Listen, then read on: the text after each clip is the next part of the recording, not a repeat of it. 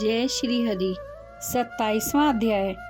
आगे की कथा सुनाते हुए सूत जी ने कहा, हे ऋषियों, इस प्रकार वह राक्षस और पिशाचनी दोनों घूमते फिरते नर्मदा नदी के तट पर एक वटवृक्ष के नीचे आकर ठहरे। उस वटवृक्ष पर एक गुरु निंदक ब्रह्म राक्षस रहता था। उन दोनों को देखकर वह ब्रह्म राक्षस कहने लगा, अरे तुम कौन हो और किस पाप के कारण इस दशा को प्राप्त हुए हो? तब राक्षस रूपधारी राजा ने अपना तथा पिशाचिनी का संपूर्ण वृतांत सुनाकर कहा कि अब आप भी अपना वृतांत सुनाइए। ब्रह्म राक्षस ने अपना वृतांत सुनाते हुए कहा, हे मित्र, बहुत समय पहले मैं मगध देश में प्रवीण सोमदत्त नाम वाला ब्राह्मण था। मैंने अपने को बड़ा भारी विद्वान और महान मानकर अभिमानवश गुरु का अपमान किया। उसी पाप के कारण मैं इस योनि को प्राप्त हुआ हूँ। इस जन्म में भूख से पीड़ित होकर मैंने अनेक ब्राह्मण खा डाले हैं। गुरु का अपमान करने से निश्चय ही ब्रह्म राक्षस की योनि प्राप्त होती है। यह बात मैंने भली भांति जान ली है। तब कलमाशपाद ने पूछा, हे मित्र, गुरु की कोटि में कौन कौन आते हैं, कृपया मुझे बतलाइए।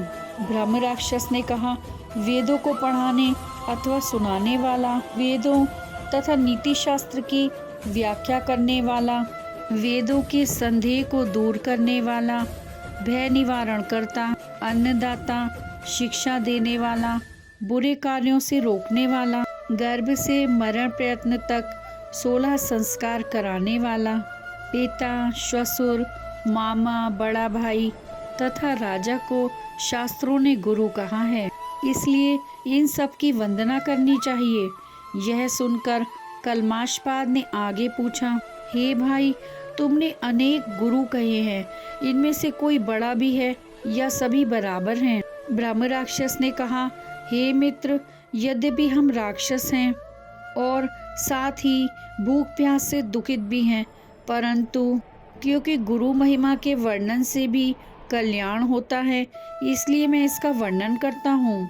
सब गुरु बराबर हैं, फिर भी इस संबंध में शास्त्रों का कथन सुनो।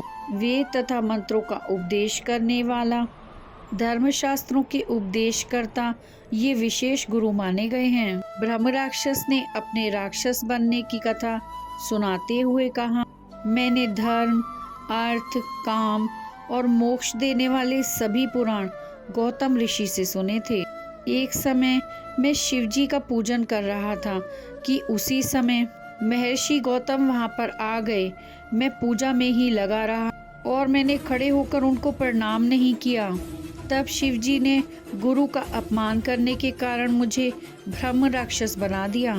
यह कथा सुनाते हुए सूत जी ने कहा, हे ऋषियों, इस प्रकार गुरु की महिमा का वर्णन करने तथा सुनने से उन तीनों के पाप नष्ट हो गए।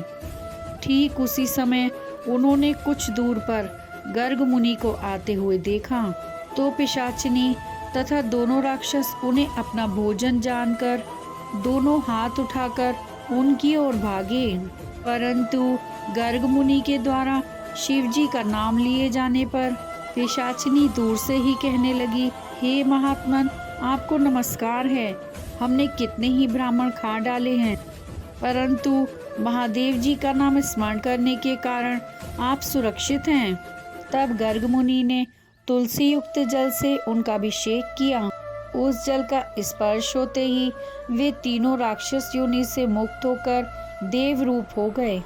ब्राह्मणी और सोमदत्त विष्णु रूप होकर गर्ग मुनि की स्तुति करने के बाद विष्णु लोक को चले गए। उन दोनों के बैकुंठ जाने के पश्चात श्राप मुक्त राजा कलमाशपाद सोच में पड़ गया। उसको इस प्रकार शोक में निमग्न देखकर गुप्त रूप से सरस्वती जी बोली, हे राजन, तुम किसी प्रकार की चिंता मत करो। राज्य सुख भोगने के बाद अंत में तुम्हें भी विष्णु लोक की प्राप्ति होगी।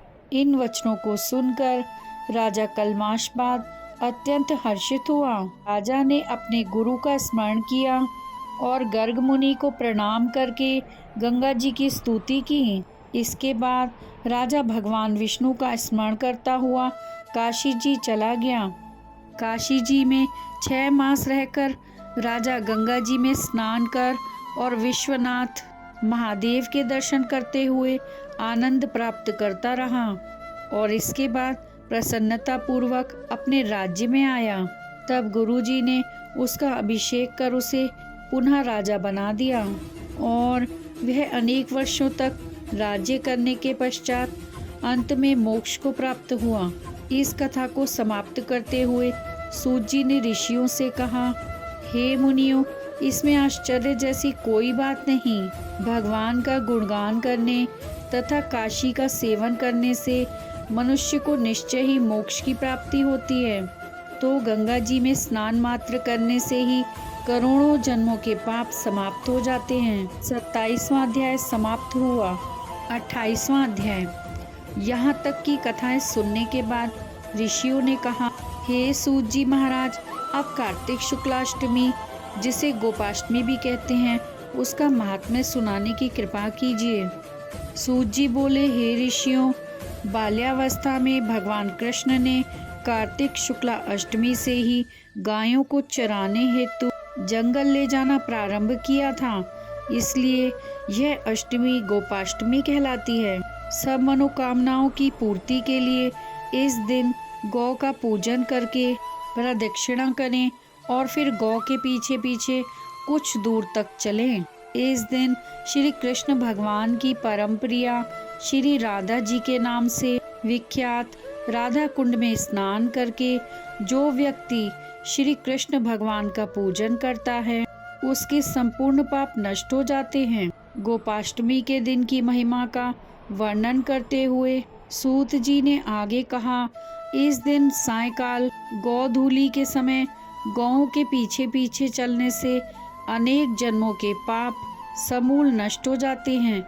इस दिन गौ का दान करने से असंख्य गौओं के दान का फल मिलता है और गाय की सेवा करने से परम पद की प्राप्ति होती है। यदि संयोगवश इस दिन सायकाल के समय श्रवण नक्षत्र हो तो वह जयंती योग होता है। जयंती योग युक्त गोपाष्टमी को स्नान दान आदि करने से मनुष्य निश्चय ही मोक्ष को प्राप्त करता है, इसमें संदेह नहीं। 28वां अध्याय समाप्त हुआ। हरे कृष्णा कृष्ण कृष्ण हरे हरे, हरे राम